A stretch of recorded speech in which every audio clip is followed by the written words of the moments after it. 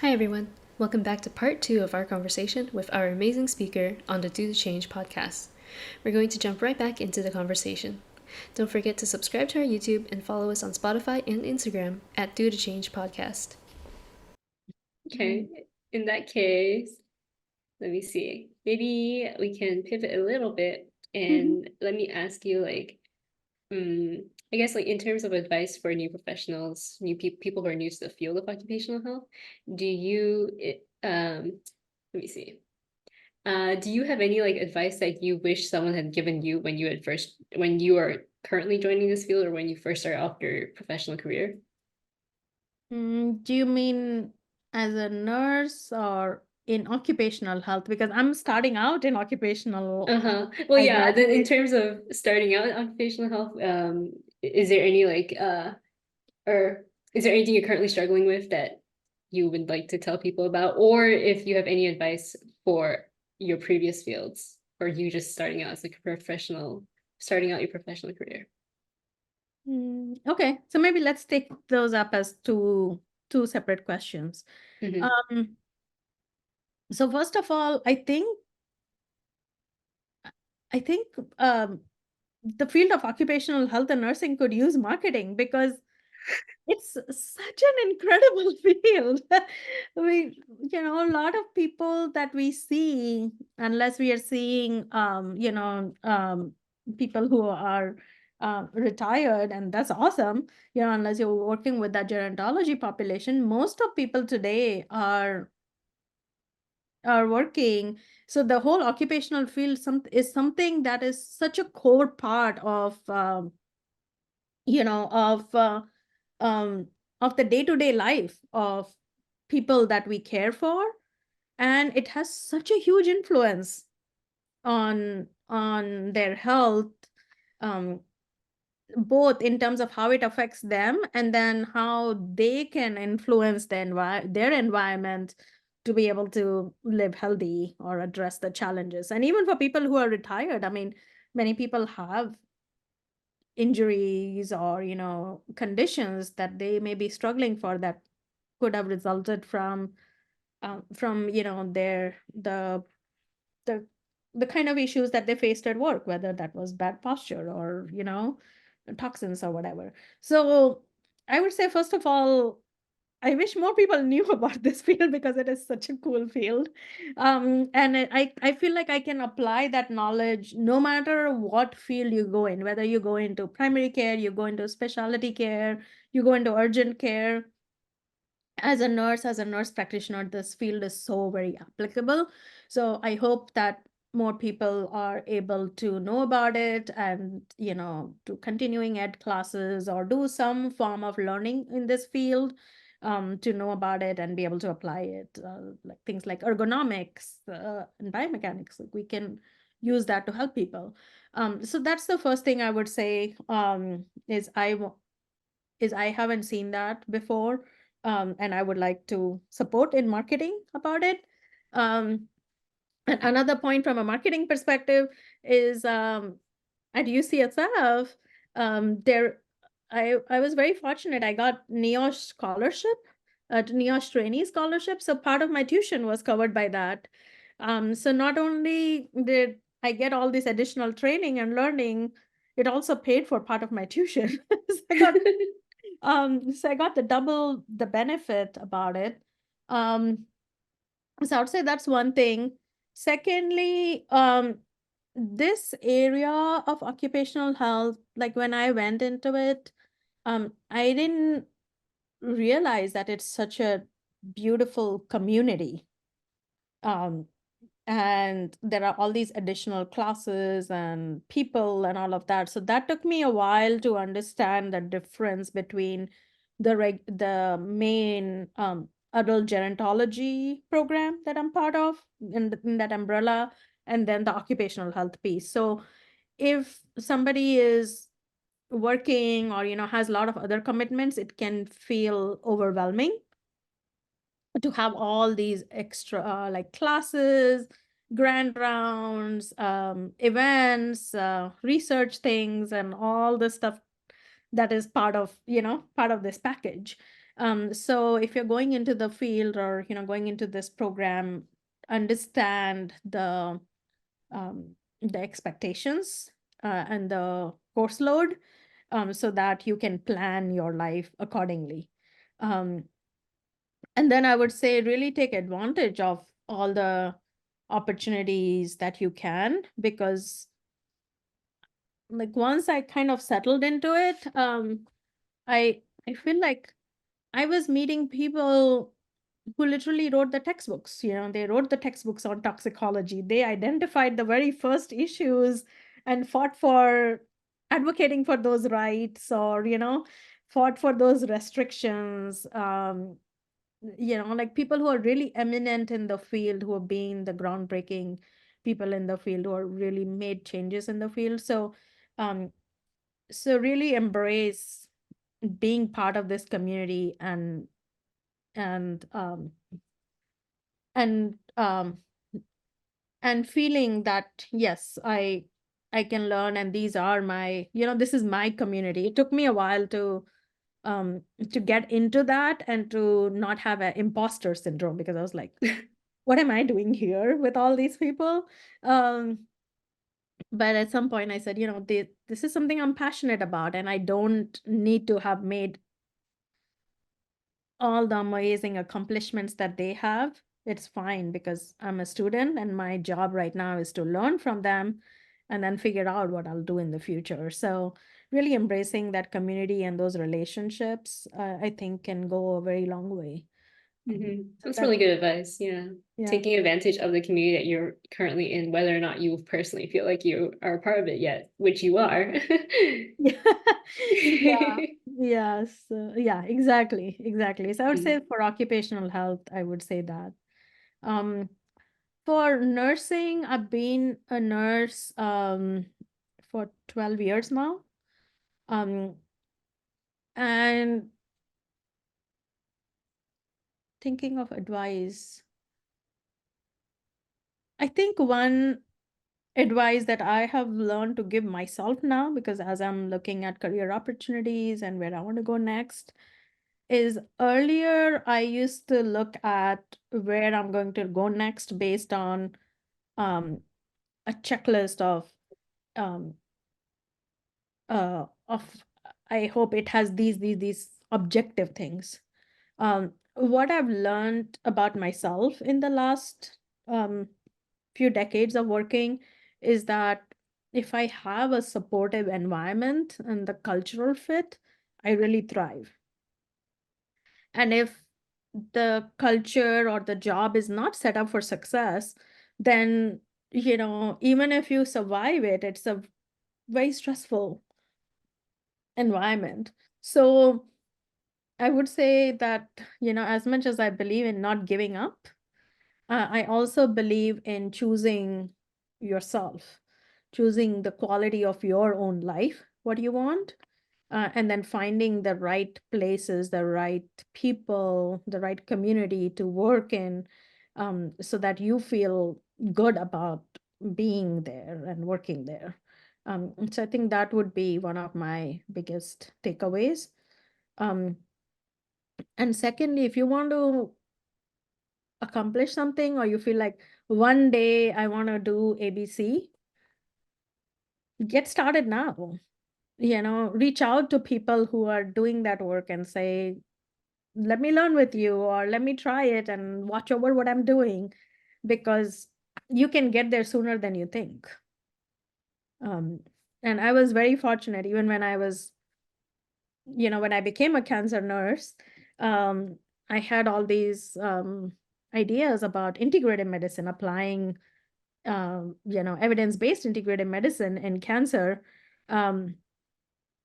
And while I was in nursing school, I reached out to people, and I ended up being on this research project where I ended up, working on the actual manual for writing it. And I ended up, being part of the oncology nursing society community in integrative medicine, and then becoming a chair for the integrative medicine community. So like a lot of things like that. It's just, just show up and start working on your dreams now. And as you work on it, you will find the path forward. Wow, that's really good advice. You mentioned the thing about you previously saw your like future goals as like a objective checklist of things that you wanted, and I realized that's currently me, and I have some self-reflection to do. Yeah, and it evolves, right? As you work on your goals, you're like, yeah, maybe I need to change this. So, but then and you can change it anytime you want. But you're working on what you want to be working on consciously and Wow. feeling joy in what you're doing, because you're like, I'm not in this situation because somebody forced me to be in this situation. I'm here because I want to be here, you know? There's a difference between saying, oh my God, I have to go to school and, I have classes from like 8 in the morning till 5 o'clock, and I have to come back and work on my homework till 10 o'clock at night. Or there's a difference in saying, I actually want to learn this topic and I want to be a clinician in this area. And I'm learning with these super smart people, with the content that is so well designed, one of the best in the world. Um, and I get to be in that environment where I get to learn from these people in a very structured way, and have the day, to be able to do that. And that completely changes the way you look at the day, you approach the day, and how you absorb, the knowledge, and how you feel internally about yourself. Wow. Wow. that, that's just what works for me. I'm just sharing with you what works for me. Dang. I will be up tonight in bed thinking about this. Okay, in that case, wow. Okay, there's one thing I wanted to talk about for sure. Let me pivot a little bit. Yeah. That we mentioned earlier before we started this recording, which was your work in space nursing. Like, I really want to know about that. That sounds awesome. Yeah, so that kind of comes for me in the area of future of work, and future of healthcare. So when I think about how, from an evolution perspective, work is evolving too. The kind of work that people were doing 50 years ago is very different than the work we are doing now. And the kind of work that people will be doing 50 years from now, or even 10 years from now, might be quite different. Um, so as we look at helping people have quality of life, both at home and at work, it's important to think about how the actual job is evolving. What are the kind of jobs that people are doing? For example, like earlier there was, or not earlier, but still there is a lot of like unions and regulations and laws, but so much of the workforce is going towards gig economy. Gig economy has been growing exponentially, right? So what happens to people who are in that space, from their healthcare perspective? What happens what happens to people who are working in at innovative technologies, whether that is they're working in robotics, or they're working, Uber drivers, right? Or Airbnb, or Instacart, or whatever, right? Like delivering groceries. It's a whole new set of healthcare, um, occupational health assessment, to consider. And applying that to the field of, space health, in few decades from now, we will be looking at, having interplanetary, uh, uh, interplanetary, um, human communities.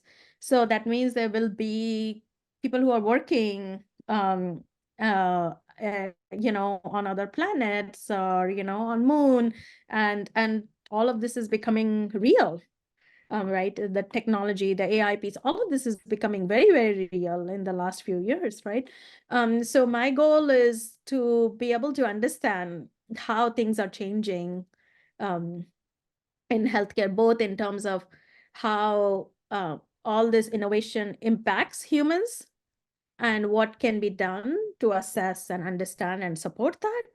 And secondly, how we can use technology in a healthy way, in a way that it helps humanity. And how do we, look at the checks and bounds that are that technology or technology related organizations need to have so that things can move in a direction that supports humanity. So that's kind of like the broader overarching viewpoint that I look at. From a space health perspective, it's something that I've always been passionate about like the whole space world, and it was a hobby, or it was just something internally in me. Like I kind of have these dreams or visions, if you will, of what the future of humanity can be. And up till a certain point, I thought this is all like, it's sci-fi. Um, and I watched like almost all sci-fi movies. But then I actually started to see how there is an intersection between something like space travel and serious health illnesses. Remember, like we talked about earlier, cancer and other serious health illnesses. So when serious health illnesses is a person got diagnosed with that problem and now they have the serious health illness. With space health, the environment creates such a big change in your health that you end up with a serious health illness, or with the environment that has that. So you need a similar kind of complex care management to address this whole multifaceted whole health approach to addressing that human being. And that's where I think there's such an interesting intersection of healthcare and technology and space health. So that's something that I started to realize it's actually kind of real. And then I started to go to events in that area. I started to meet people. I started to like read books and write to the authors about it. And kind of like make like little presentations and handouts and stuff. And I met a lot of very interesting people. In fact, like I met astronauts. I met with astronauts who've gone to the ISS space station. I got to hold a rock that is from Mars. Oh, so cool. Yeah, and I got to meet with one of the chief medical officers who was at SpaceX and now at NASA. And I told them about all my crazy like ideas, and they were like, "No, this is great. It's very real, and we need people who have this multidisciplinary background because we don't have a lot of people who have that kind of background." So I started to do educational lectures and educate other people about it, kind of drink the Kool-Aid on this topic. And so being like at conferences and presented on it, and doing like informal research in that area. And I got, and UC actually has a UC Space Health community. So I became a UC Space Health fellow because I was like doing all these things, and they're like, "Yeah, you're like working on it." So, so they made me a UC Space Health fellow. Then I've been doing like topics that are related to this area, and I'm talking to Trish, which is the research arm of NASA. And what else am I doing? Oh, and then the Space Nursing Society, they were like, "You are like so involved and so energetic on this topic. Do you want to like continue it and lead it?" And it's like, okay, so they handed it over to me. So I'm just it's like a snowball, that's gained momentum. And I just hope I can continue to make a difference as the field evolves and as more people get into it. I think right now there's more focus for like high school and school and, that generation, because they might be the generation that's actually, um, traveling to other planets or to Moon or Mars. So I do events, educational events for them and fun events for them. Wow, this is really cool. Okay, two things. One, I think at first, like when I saw space nursing on your list of things that you like we could talk about, I was like, that's seemingly random but interesting. But after you explain it as like a possible evolution of the field of occupational sciences, occupational health sciences, like that's like it's awesome. I never thought about like how the field can evolve so like quickly that these almost fictional things can become a reality. Yeah, that's a really interesting consideration about the field. And then second, I think it's really awesome how you were able to take like some personal interest and then like snowball it to this level. Like I've like wow. Like I'm personally a fan of science fiction, but I would have never expected to be like ever in my life make it any part of my professional development. But you said that you just like started attending events and like reading books, reaching out to authors. Like that's how you entered the field. Yeah. And then I just started to like develop my own like documents, and then and then people wanted me to talk about it, so I went and talked to people and trained them on what I knew. So you learn, and then you contribute forward to people that want to learn from you, and that's just how I feel like we can grow, and we can help other people um, to grow in the field. That's awesome. I would have never thought to like just start attending, like not knowing anything about the field prior. I would have never thought to just attend or just like reach out to people. That's so incredible. Online is a very powerful place, and communities are very, very powerful. You never know. I mean, honestly, like this is so random. So bizarre. Like I literally emailed the like, people who are at the top level in the field of space health, cold message on LinkedIn. I was like, this is what I'm doing. This is what I figured out so far. And, this is what I've done, ABC, and now I'm doing XYZ. I have question about this thing, or what do you think? Like, is it too off? Like, how far are we in the field? Is there anything real going on? And I was totally surprised, that they actually responded to me here, in the field. um, yeah, so like the Dr. Dory Donoville, she is the director of Trish. She's at I think Baylor College of Medicine in Texas. I messaged her, and she was like so supportive and messaged me back. And she was like, yeah, go for it. And then I asked her questions about like topics even for my projects that would help me to go deeper into the field. And I gave her some ideas, and she was like, yeah, work on this particular thing. So I did that. And then actually in your podcast, you had Dr. Josh Potico.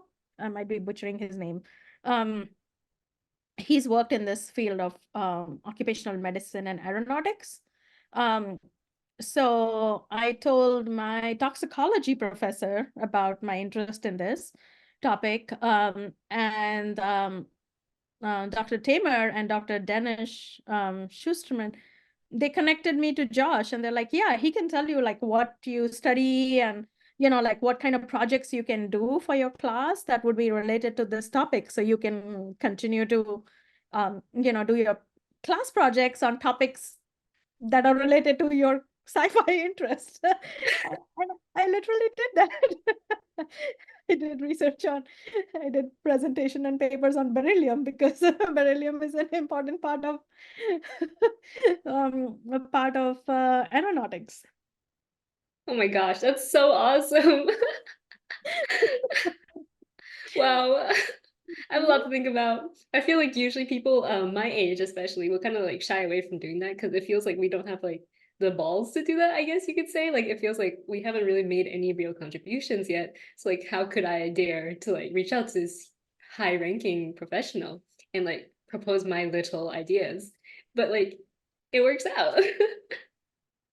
I think um, the secret ammunition that we all have is the fact that we are a student.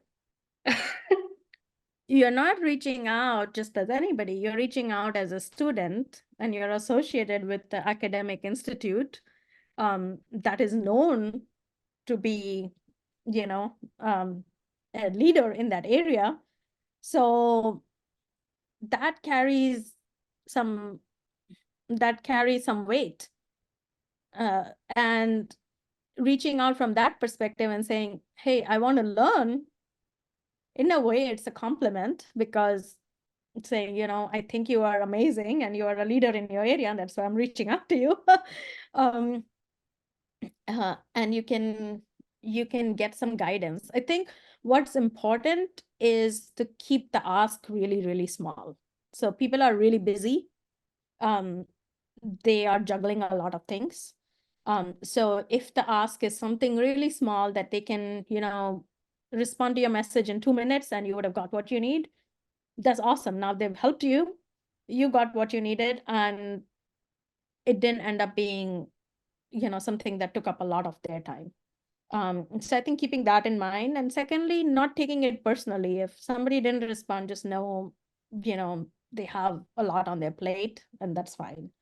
And just pay forward when you can in terms of supporting people, and find communities that you can be part of where you do end up meeting people, and you end up meeting people who will introduce you to other people, who are passionate about your topic. Like, so UC is great with that.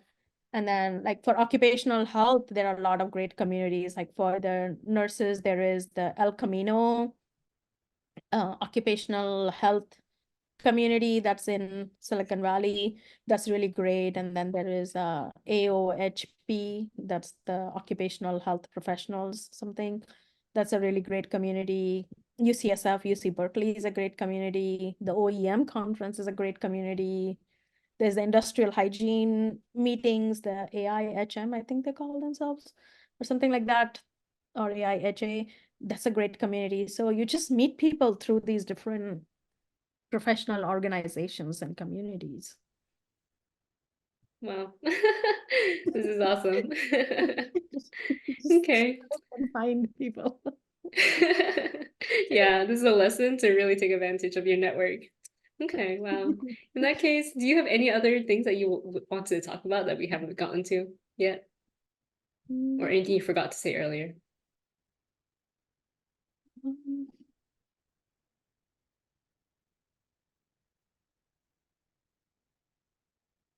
I mean, I guess my question to you would be, what do you think would help people who are listening? Is there anything that we haven't covered that might benefit people?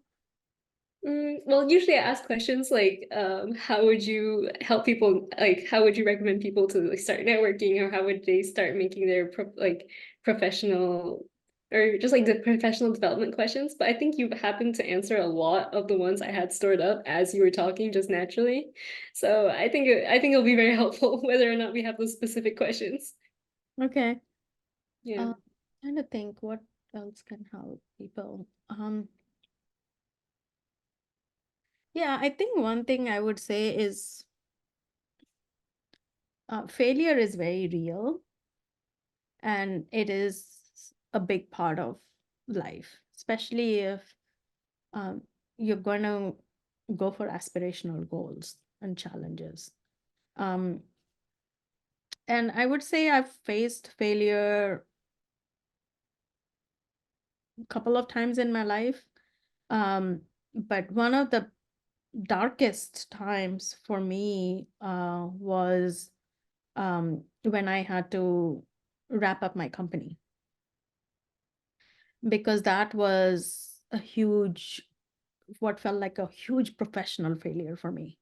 Um, and what I wanted to do in terms of serving people, I was actually making a difference. People needed what I was building. Um, and I'd worked on it for years. People had worked with me on it for years. I feel like you know, with any startup, there is always a risk that things would fail. There's 95%, 99% chance it would fail, but I just somehow thought that I would make it work. So I feel like I was letting so many people down.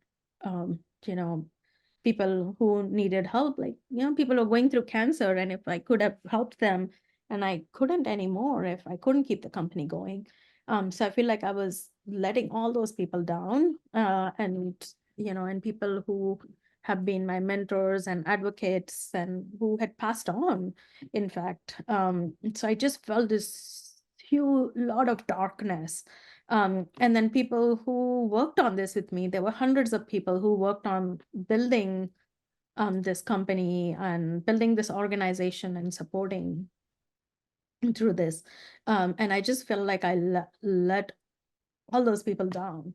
Um, so it was really heartbreaking to not be able to do what I could to empower, people who were working with me and give them all the amazing opportunities, or to be able to help people in the community, which is what I set out to do, or to be able to inspire, nurses and other healthcare professionals, because I got to a certain point and then it was like, kind of falling off a cliff. But at the same time, it was pretty clear there wasn't a viable way to carry things forward with the way the contracts and things were. The operating cost of those contracts was in tens of thousands of dollars, but the revenue for that wasn't coming in for what was committed from those opportunities. So it was a loss. So I did end up, kind of kicking and screaming. I did end up realizing I need to wrap it up, and I did that. But I went through this really, I went through this really period of questioning myself and feeling like a complete failure, and feeling like I can't show my face even in the community, because who am I if I'm not this? Where do I, you know, everything that I had led up to my life was till the point of doing this. And now if this didn't work, then now what? Do I not care about my goal anymore? Do I not believe in myself? Is it even worth living? I genuinely was questioning that. Um, so I feel like failure can be very real, heartbreak and setbacks can be very, very real. Um, and um, I feel like I was very fortunate that even in those times I kind of had lost even connection with my spiritual practices. Um, but but they still held me to just hold the space even while I was going through the darkness, to say, just be here. I don't know what it means, but just be here and a path will come forward. So I did um, days and weeks and months of just like wandering and doing nothing, sort of, but like meditations and silence courses, to just say, okay, I'm nothing, I want nothing, I do nothing, and it's okay to be nothing. I have the right, or I'm blessed to still be on this planet.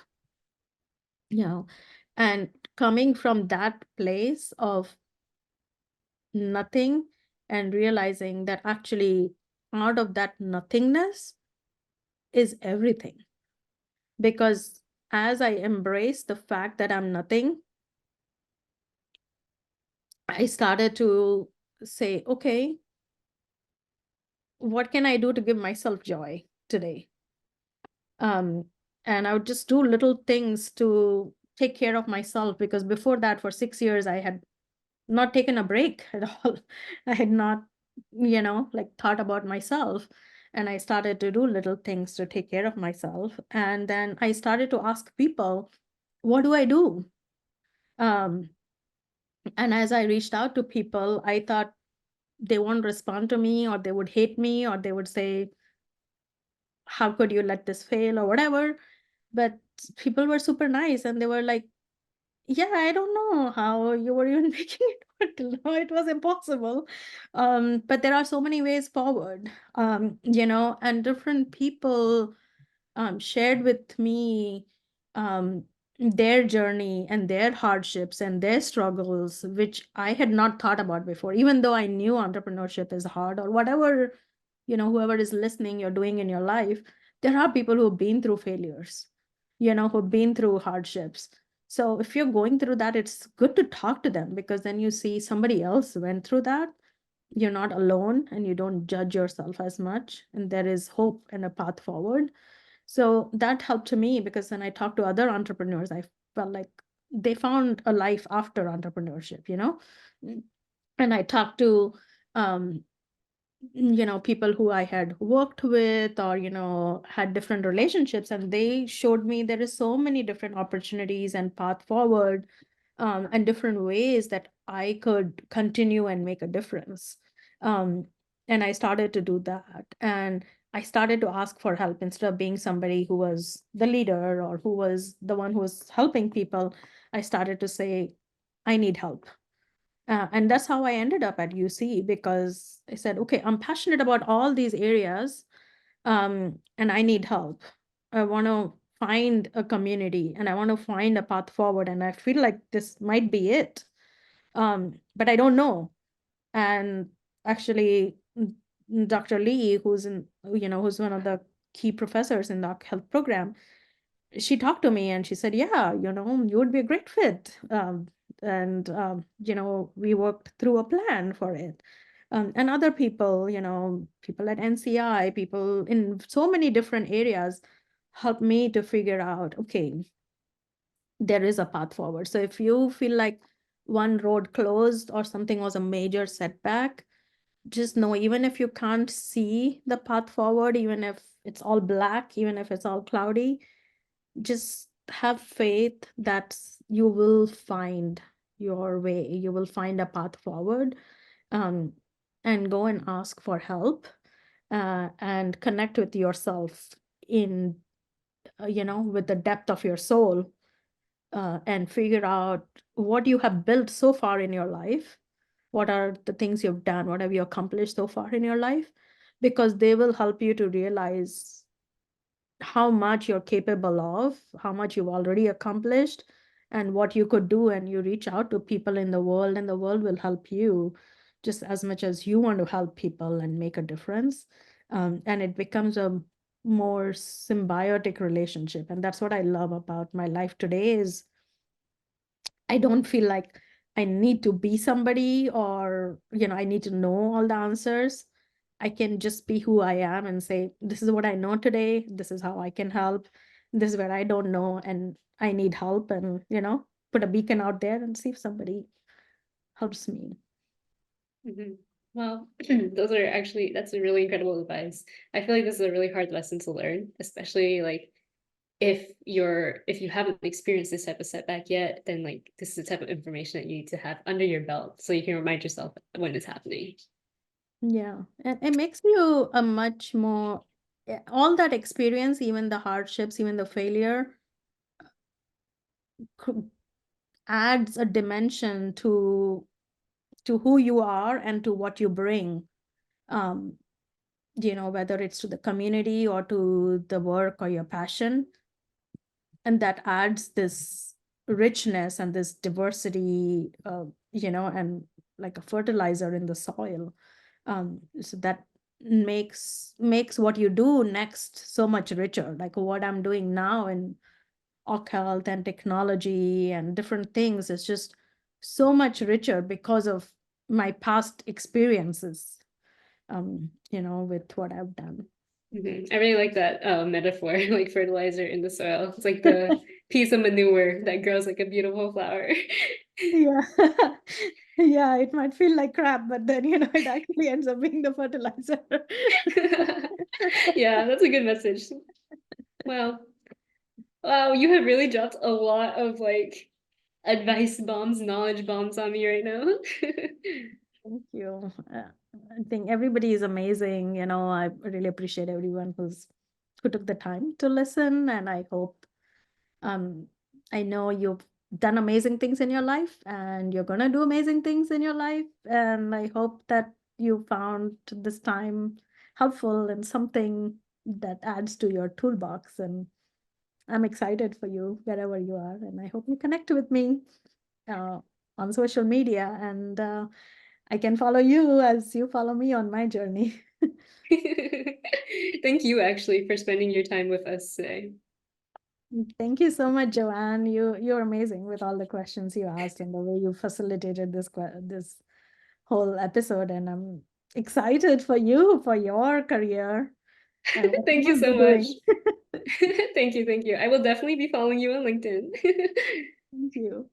Yeah. Okay, well, that was an incredible conversation. I am glad you were able to join us today. I Thank you so think much. that marks the end of our episode.